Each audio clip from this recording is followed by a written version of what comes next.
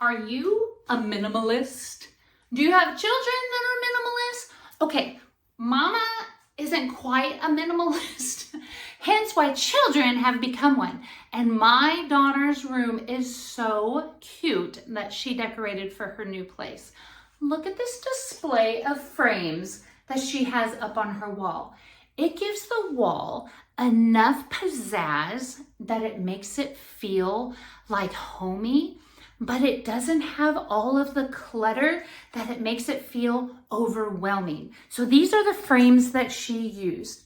Let me take you over here. So it's got the mat on here that is great for any of the designs that she put in here. It's got the thin, she won't be happy if I make it crooked.